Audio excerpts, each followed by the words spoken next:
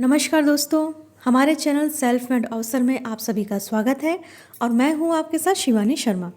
आज हम देखेंगे 17 मई के डेली करंट अफेयर्स और इसमें हम सबसे पहले देखने वाले हैं हमेशा की तरह पहले इम्पॉर्टेंट डेज।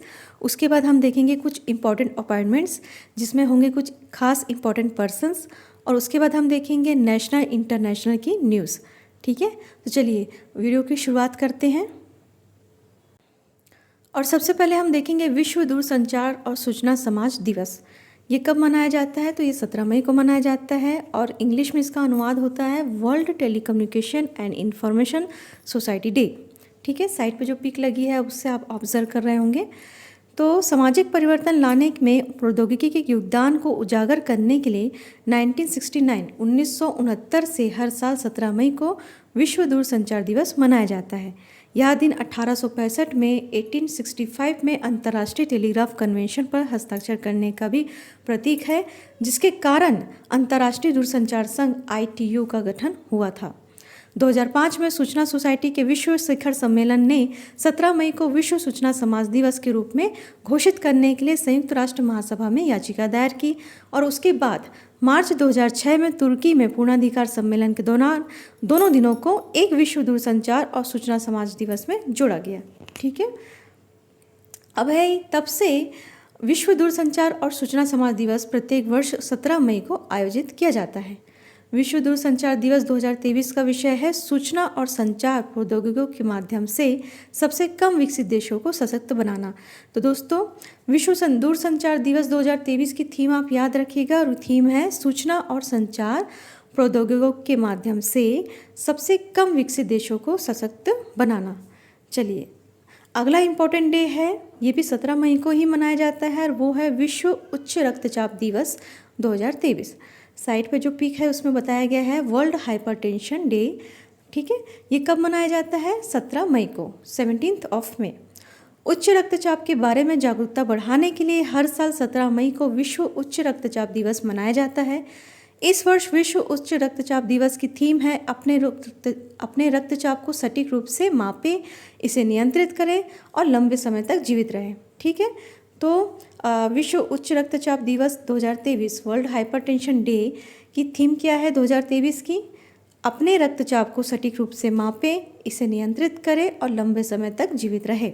इसे आप याद रखिएगा। और विश्व उच्च रक्तचाप दिवस की शुरुआत कब हुई थी? तो विश्व उच्च रक्तचाप लीग द्वारा की गई थी। विश्व उच्च रक्तचाप लीग ने 14 मई 2005 को पहला विश्व उच्च रक्तचाप दिवस शुरू किया था और 2006 से हर साल 17 मई को विश्व उच्च रक्तचाप दिवस के रूप में मनाया जाने लगा।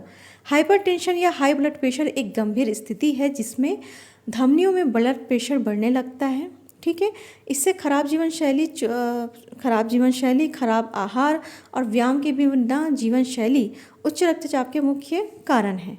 ठीक है, आपने देखा होगा कि अक्सर हाइपरटेंशन से दिल का दौरा हो सकता है, पड़ सकता है, स्ट्रोक आते हैं, गुर्दे की विफलता होती है, किडनी की बीमारी हो जाती है और अंधापन का खतरा भी बढ़ जाता है। तो ये सारे इसके साइड इफ़ेक्ट्स हैं। इन सारे चीज़ों से इसे खतरा हो सकता है। तो इसलिए इसे आपके लिए बनाया गया है, हमारे लिए बनाया गया है ताकि हम अपने जो हाइपरटेंशन जो है उसे हाई ब्लड प्रेशर है उसे नियंत्रित कर पाए, उसके बारे में ज़्यादा जान पाए। ठीक है, चलिए दोस्तों आगे देखते हैं। अगले जो पर्सन है वो बहुत ही इम्पोर्टेंट है और ये सभी के लिए जो बच्चे सिविल सर्विसेज की तैयारी कर रहे हैं, कॉम्पिटिटिव एग्ज़ाम्स की तैयारी कर रहे हैं, उनके लिए तो बेहद इम्पॉर्टेंट है, उन्हें पता ही होना चाहिए। तो उस पर्सन का नाम है डॉक्टर मनोज सोनी। ठीक है, अब ये कौन है? तो ये है UPSC के नए चेयरमैन। ठीक है, जो कि संघ लोक सेवा आयोग के अध्यक्ष के रूप में पद और गोपनीयता की शपथ लेंगे और आयोग की वरिष्ठतम सदस्य श्रीमती स्मिता नागराज ने उन्हें शपथ दिलाई। ठीक है, तो ये है डॉक्टर मनोज सोनी जिन्होंने संघ लोक सेवा आयोग UPSC के अध्यक्ष के रूप में पद और गोपनीयता की शपथ ली है और आयोग की वरिष्ठतम सदस्य श्रीमती स्मिता नागराज ने उन्हें शपथ दिलाई है। तो ध्यान रखिएगा दोस्तों, शपथ किनके द्वारा दिलाई गई है ये भी कभी कभी आपके एग्ज़ाम्स में पूछा जाता है।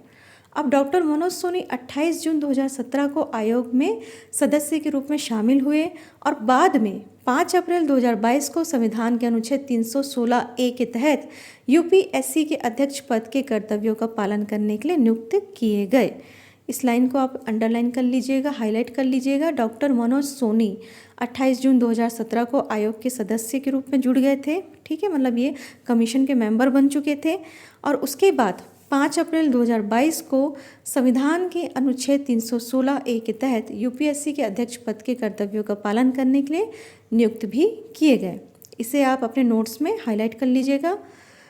यूपीएससी में शामिल होने से पहले डॉक्टर सोनी ने अंतर्राष्ट्रीय संबंध अध्ययन में विशेषज्ञता के साथ राजनीति विज्ञान का अध्ययन किया और सरदार पटेल विश्वविद्यालय से शीत युद्ध के बाद अंतर्राष्ट्रीय प्रणालीगत परिवर्तन और भारत अमेरिकी संबंध में डॉक्टरेट की उपाधि प्राप्त की है, ठीक है। तो ये इनके बारे में विशेषज्ञता की बात बताई जा रही है। इन्होंने क्या क्या किया है, तो राजनीति विज्ञान का अध्ययन किया है और साथ में सरदार पटेल विश्वविद्यालय से शीत युद्ध के बाद अंतर्राष्ट्रीय प्रणालीगत परिवर्तन और भारत अमेरिकी संबंध में डॉक्टरेट की उपाधि प्राप्त की है। उन्होंने कुलपति के रूप में 3 कार्यकालों में कार्य किया है, ठीक है। इसमें बड़ौदा के एमएस यूनिवर्सिटी के में 1 कार्यकाल और 2 कार्यकाल है डॉक्टर बाबा साहब अम्बेडकर ओपन यूनिवर्सिटी गुजरात के 2 कार्यकाल सम्मिलित है, ठीक है। वे स्वतंत्र भारत में अब तक के सबसे युवा कुलपति रहे हैं। डॉक्टर सोनी को कई सम्मान और पुरस्कार से सम्मानित भी किया गया है और उन्होंने कई महत्वपूर्ण प्रकाशन भी प्रकाशित किए हैं। चलिए, ये थे यूपीएससी के नए चेयरमैन जिनकी नियुक्ति अभी हाल ही में हुई है, ठीक है, और इनका नाम है डॉक्टर मनोज सोनी। चलिए दोस्तों, आगे बढ़ते हैं।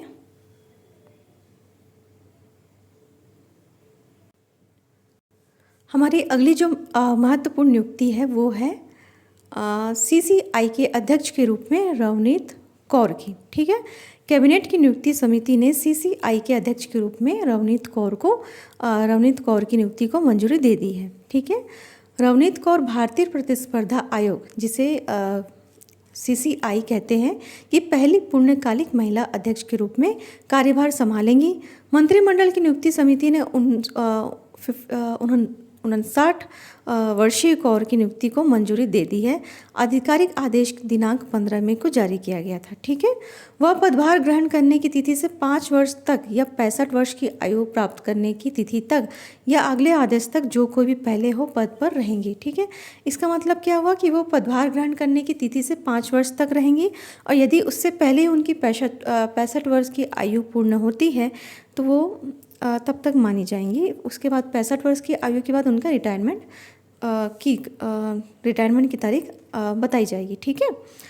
वह पंजाब कैडर की आईएएस अधिकारी है और पूर्णकालिक अध्यक्ष अशोक कुमार गुप्ता के 20 अक्टूबर 2022 के कार्यकाल को छोड़ने के लगभग 7 महीने बाद उन्हें नियुक्त किया गया है। 25 अक्टूबर 2022 को संगीता वर्मा को केंद्र द्वारा भारतीय प्रतिस्पर्धा आयोग के अंतरिम अध्यक्ष के रूप में भी नियुक्त किया गया था, ठीक है। चलिए, अब इसमें आगे देखते हैं। तो थोड़ा सा बात करते हैं हम भारतीय प्रतिस्पर्धा आयोग की, सीसीआई की। सीसीआई का गठन 14 अक्टूबर 2003 को प्रतिस्पर्धा आयोग अधिनियम 2002 के तहत किया गया था। इसका उद्देश्य भारतीय बाजार में प्रतिस्पर्धा को प्रभावित करने वाली प्रथाओं को खत्म करने और उपभोक्ताओं के हितों की रक्षा करना है। चलिए, अगले जो बात हो रही है वो है एक बुक लॉन्च हुई है, एक पुस्तक का विमोचन किया गया है।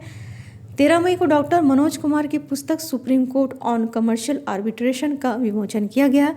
यह पुस्तक मध्यस्थता अधिनियम 1940 और 1996 को कवर करते हुए वर्ष 1988 से 2022 तक फैले निर्णयों के साथ 3 खंडों का संग्रह है, ठीक है। मतलब इसमें टोटल कितने हैं, इसमें 3 खंड है इसमें, और उसमें से 1940 और 1996 को कवर करते हुए वर्ष 1988 से 2022 तक के फैसले निर्णयों के साथ 3 खंडों का संग्रह है। पुस्तक की प्रस्तावना श्री आर वेंकट रमणी द्वारा लिखी गई है। इस पुस्तक का विमोचन 13 मई को हम्मुराबी एंड सोलोमन पार्टनर्स के स्थापना दिवस पर किया गया था। यह पुस्तक मध्यस्थता अधिनियम 1940 और 1996 को कवर करते हुए वर्ष 1988 से 22 तक के फैसलों के निर्णयों के साथ संग्रह करती है। ठीक है, और साथ में एक पुस्तक की आपको पिक भी दिखाई गई है। इसमें लिखा गया है supreme court on commercial arbitration. ठीक है, चलिए दोस्तों आगे देखते हैं। आगे खबर है, मॉन्ट्रियल के साउथ एशियन फिल्म फेस्टिवल ने गौरी को बेस्ट लॉन्ग डॉक्यूमेंट्री अवार्ड से सम्मानित किया है। कविता लंकेश, ठीक है, कविता लंकेश द्वारा निर्देशित डॉक्यूमेंट्री गौरी को मॉन्ट्रियल 2023 के साउथ एशियन फिल्म फेस्टिवल में बेस्ट लॉन्ग डॉक्यूमेंट्री अवार्ड मिला है। फिल्म में पत्रकार और कार्यकर्ता गौरी लंकेश के बारे में है, जिनकी 2017 में हत्या कर दी गई थी। डॉक्यूमेंट्री को फ्री प्रेस अनलिमिटेड एम्स्टर्ड द्वारा कमीशन किया गया था, जो मानवाधिकार को सार्वभौमिक घोषणा के अनुच्छेद 19 को बरकरार रखता है और जो अभिव्यक्ति की स्वतंत्रता और सूचना तक पहुंच की वकालत करता है। ठीक है, तो ये आपके लिए एग्ज़ाम के पॉइंट ऑफ व्यू से बहुत इंपॉर्टेंट है। क्या इसमें बताया गया है कि जो अभिव्यक्ति की स्वतंत्रता और सूचना है उसके बारे में पूरी डॉक्यूमेंट्री में बताया गया है कि किस तरीके से अनुच्छेद 19 को 19 की सेफ्टी के साथ इसमें सारी चीज़ें बताई गई है। ठीक है, चलिए आगे बढ़ते हैं दोस्तों। और आगे खबर है, पेटीएम ने भावेश गुप्ता को अध्यक्ष और COO नियुक्त किया।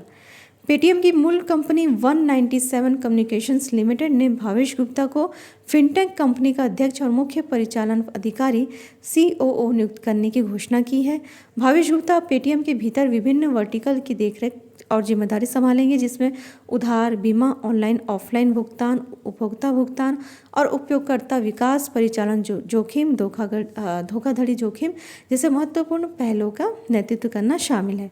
भावेश गुप्ता ने 2020 में पेटीएम के व्यवधार व्यवसाय के लिए CEO की भूमिका भी निभाई है और उनके पास वित्तीय वर्ष सेवाओं का 25 वर्षों का अनुभव भी है। अब जरा से बात करते हैं पेटीएम के विषय में। तो पेटीएम के संस्थापक है विजय शेखर शर्मा। कौन है इसके संस्थापक? विजय शेखर शर्मा। पेटीएम के CEO है विजय शेखर शर्मा, दिसंबर 2010 से अब तक है। और पेटीएम मूल संगठन है 197 कम्युनिकेशंस का और पेटीएम की स्थापना हुई थी अगस्त 2010 में। अब आगे जो है न्यूज़ में ये काफ़ी इम्पोर्टेंट है क्योंकि गतका मार्शल आर्ट 37वें राष्ट्रीय खेलों में शामिल होगा। ठीक है, क्या है ये गतका, चलिए जानते हैं इसके बारे में। तो गतका के पारंपरिक खेल को राष्ट्रीय स्तर पर एक बड़ा महत्व मिलने वाला है क्योंकि इसे आधिकारिक तौर पर 37वें राष्ट्रीय खेलों 2023 में शामिल किया गया है, जो इस साल अक्टूबर में गोवा में होने वाला है। ठीक है, तो दोस्तों गतका खेल है और इसे मार्शल आर्ट कहते हैं। ठीक है, यहाँ इसे मार्शल आर्ट के रूप में कहा जा सकता है। और आप साइड पे जो पिक देख रहे होंगे उसमें आप देख रहे होंगे कि दो बच्चे हैं।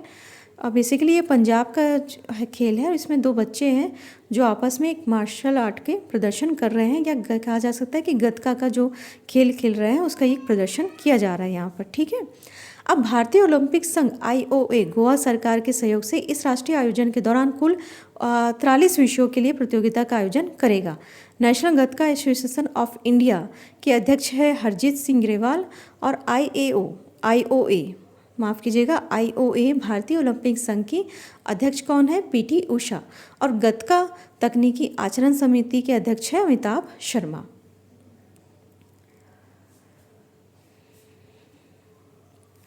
अगली खबर है, NCB ने ऑपरेशन समुद्रगुप्त के तहत एक साल में 40,000 करोड़ रुपए के ड्रग्स जब्त किए। ठीक है, अब हम इस खबर को क्यों पढ़ रहे हैं? क्योंकि राष्ट्रीय महत्व का है, उसके साथ साथ जो इसमें ऑपरेशंस बताए गए हैं ऑपरेशन समुद्रगुप्त, ये एग्जाम के पॉइंट ऑफ व्यू से बेहद इंपॉर्टेंट है। तो दोस्तों इसे ध्यान से पढ़िएगा और इसके नोट्स भी ध्यान से आप बनाइएगा। 13 मई को नारकोटिक्स कंट्रोल ब्यूरो NCB और नौसेना ने कोच्चि के तट से अरब सागर में 15,000 करोड़ रुपये का लगभग 2,700 किलोग्राम नशीली पदार्थ जब्त किया।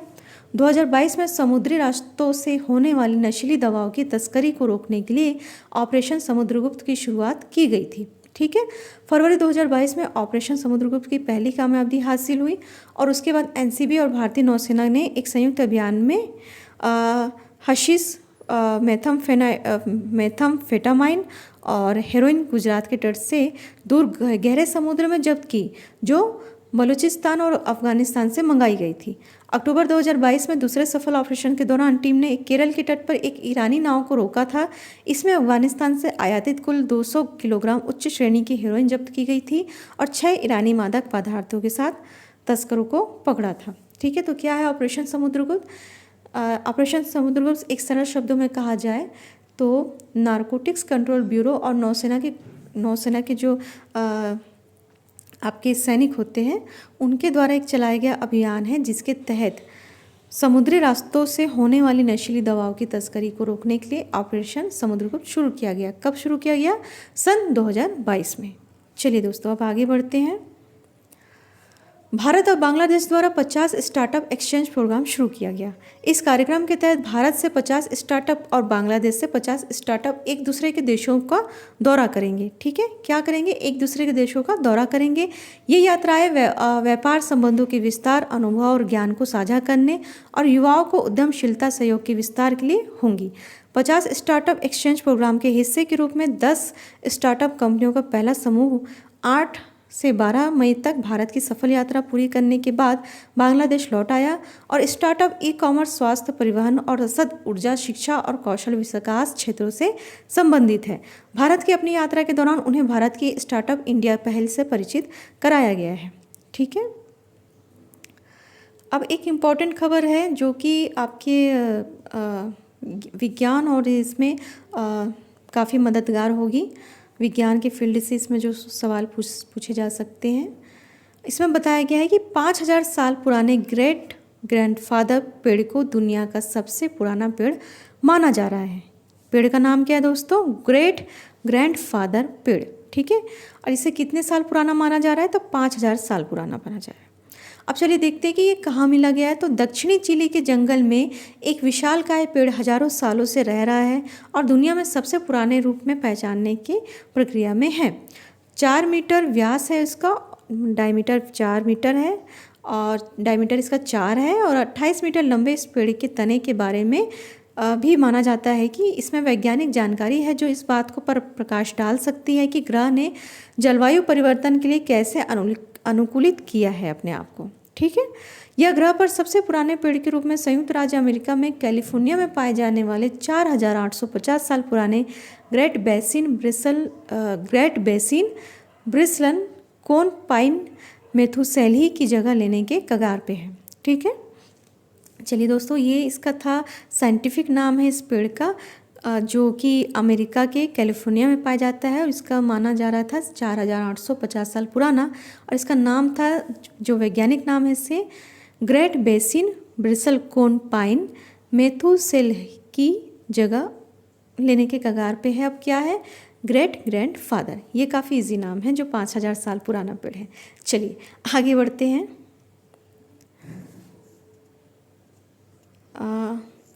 ग्रेट ग्रैंडफादर राजधानी सेंटियागो से 800 किलोमीटर दक्षिण में दक्षिण लॉस रियोस क्षेत्र में एक जंगल की घाटी के किनारे स्थित है। कहाँ स्थित है? सेंटियागो से 800 किलोमीटर दक्षिण में लॉस रियोस के जंगल में स्थित है। यह फिट्जरोय कंप्रेसोसाइड्स है, एक प्रकार का सरू का पेड़ जो महाद्वीप के दक्षिण में स्थानिक है। यह दक्षिण अमेरिका में पेड़ों की सबसे बड़ी प्रजाति है जिसे पेटागोनियन सरू के नाम से भी जाना जाता है। 1972 में पार्क वार्डन एनिबल हैनक्रीज ने जंगल में गश्त के दौरान इस पेड़ की खोज की थी। अब चलिए आगे बढ़ते हैं और आगे है एक नेशनल न्यूज़ से इम्पॉर्टेंट खबर जो है वो है Kishtwar high altitude national park में हिम तेंदुए की मौजूदगी की पुष्टि कैमरा ट्रैप के जरिए हुई। अब जम्मू कश्मीर वन्य जीव संरक्षण विभाग की शोध टीम ने कैमरा ट्रैप तस्वीरों के माध्यम से Kishtwar high altitude national park में हिम तेंदुओं की मौजूदगी का पता लगाया है। एक कैमरा ट्रैप फ्रेम में Kishtwar high altitude national park के रेनाई जलग्रहण क्षेत्र में 3 हिम तेंदुए बर्फ से ढके क्षेत्र से गुजरते हुए दिखाई दे रहे हैं। ठीक है, और इसमें हिम तेंदुए ज़्यादातर 3000 से 4500 मीटर की ऊंचाई के बीच पाए जाते हैं। हिम तेंदुए जम्मू क्षेत्र में किश्तवाड़ राष्ट्रीय उद्यान और इसके आसपास के क्षेत्रों, मध्य और उत्तरी कश्मीर के कुछ हिस्सों और लद्दाख के बर्फीले क्षेत्रों में देखा गया है। ठीक है, हिम तेंदुआ अत्यधिक पारिस्थितिक महत्व रखता है जो पारिस्थितिक तंत्र के नाजुक संतुलन को बनाए रखने में एक प्रमुख प्रजाति के रूप में कार्य करता है। International union for conservation of nature ने हिम तेंदुए को असुरक्षित रूप से सूचीबद्ध किया है। इससे पहले नवंबर 2021 में वन्य जीव विभाग ने केंद्रीय पर्यावरण मंत्रालय के हिम तेंदुआ परियोजना के तहत अपनी तरह का पहला अभियान चलाया था, जिसमें हिम तेंदुआ जनसंख्या आंकलन अभियान शुरू किया गया था।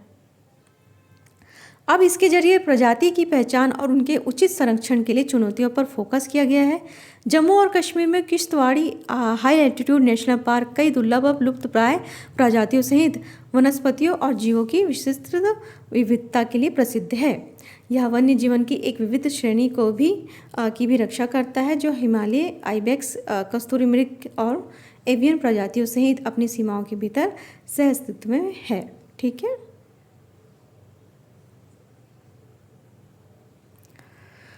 तो दोस्तों, ये थे हमारे सेल्फ मेड ऑथर की डेली करंट अफेयर्स सीरीज़ में आज के करंट अफेयर्स, यानी कि 17 मई के करंट अफेयर्स, 17 मई 2023 के। आपको ये हमारा प्रयास कैसा लगा, इसके लिए हमारे कमेंट बॉक्स में लिखिएगा। और कोई इसमें हमारी त्रुटि हो गई हो या फिर कोई भी आपको एक मैसेज हमें भेजना हो जो कि वीडियो से रिलेटेड हो या इसमें जो बताए गए कंटेंट के साथ रिलेटेड हो या इसमें कोई सुधार करना हो, तो उसके लिए आप हमारे कमेंट बॉक्स में ज़रूर से जाइए और वहाँ हमें लिख कर भेज सकते हैं। ठीक है। और चैनल को सब्सक्राइब करना ना भूलें। हम इसी तरीके के और भी जो नेशनल, इंटरनेशनल और डिफेंस, इकोनॉमी से रिलेटेड जो भी इम्पोर्टेंट न्यूज़ होती है उसे करंट अफेयर्स में हम ज़रूर से कवर करेंगे, जो आपके लिए सहूलियत होगा एग्ज़ाम के पॉइंट ऑफ व्यू से। ठीक है दोस्तों, तो चैनल को सब्सक्राइब करना ना भूलें। और आपके लिए वीडियो उपयोगी हो, बेनिफिशियली हो, तो अपने फ्रेंड्स सर्कल में भी इसे आगे शेयर करना ना भूलें। धन्यवाद। Thank you.